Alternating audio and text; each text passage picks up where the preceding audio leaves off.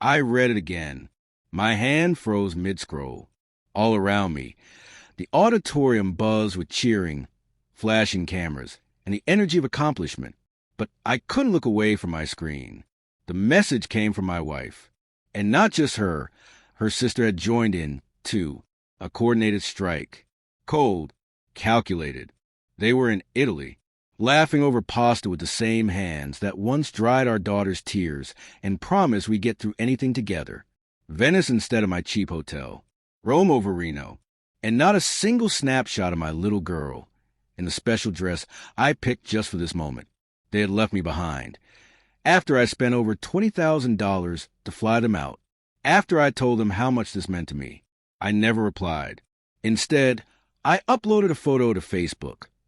Me with the CEO of one of the top plumbing firms on the West Coast, his arm around my shoulders, both of us smiling like I truly belonged.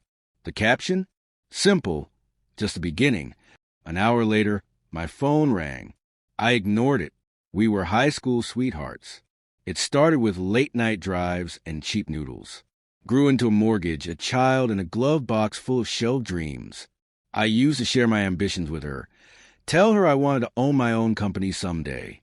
She always smiled, but in that way you smile at a kid who says they're going to be an astronaut. Still, I kept pushing forward. Days spent fixing busted plumbing. Nights spent studying schematics and systems. Our daughter would sit next to me at the kitchen table, coloring while I memorized pressure ratings. I wanted her to see what perseverance looked like. I wanted my wife to see it too. But something changed. Her looks carried less pride, more pity, then irritation.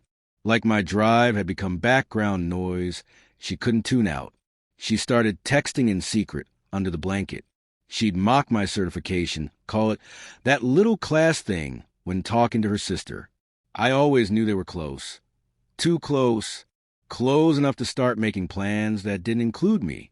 3 months before graduation, I overheard them whispering in the kitchen. Her sister's husband had landed a big role in Europe. They were planning a family getaway. My name never came up. So I did something I hadn't done in years. I kept my mouth shut. I paid attention. Observed them like I did my coursework. Finding pressure points. Identifying weak links. Locating the leaks. When I surprised her with a graduation trip, her smile didn't quite reach her eyes. She said it was thoughtful, then casually asked if the tickets were refundable. That's when I knew. She never intended to come. 2 weeks later, she canceled the flights and rebooked them to Rome. Told me last minute that it was better for our daughter to gain some culture. Said dragging her to watch me receive a plumbing certificate was pointless. That week, she didn't FaceTime me once. Just sent 2 pictures. One of our daughter tossing crumbs of pigeons, and another of her in a sundress, wine in hand, living her dream. But I didn't break. I got sharper. I opened a new bank account, redirected my paychecks, met with a lawyer during lunch breaks. I documented everything. Texts, bank withdrawals, calls, receipts. Every cent, every word, every move. Eventually, she confessed to emptying our savings for the trip. She thought it didn't matter because everything was in my name. The house, the car, the bills. She didn't even notice when I stopped covering her credit card or when I quietly transferred the deed to an LLC, my LLC, registered 2 months before. I found out about the guy she'd been secretly talking to, a divorced real estate agent with 2 kids, living 5 miles away. The same guy who sold her sister's family their second home. Graduation day finally arrived. I crossed the stage alone. But I didn't feel alone. I felt prepared. As I held my diploma, the CEO approached me, said I had something special, mentioned the company was expanding, asked if I'd like to help launch a new branch, 6-figure salary, benefits, company vehicle, and coverage for my daughter. I said yes. Then I uploaded that Facebook photo. 1 hour later, her voice filled my voicemail. Can we talk? Then the text followed. Concern wrapped in fake warmth. We're so proud. Let's talk. Our daughter misses you. I waited 2 days, then replied, come home. We need to talk. She walked into a half-packed house. Boxes in every corner. Curtains gone. My tools missing from the garage. I stood in the living room, calm, steady. "What's going on?" she asked, her eyes searching. I handed her a folder. Inside, bank records, transcripts, recordings, evidence of everything. Her own voice admitting the money was better spent on a European vacation. Her hands shook.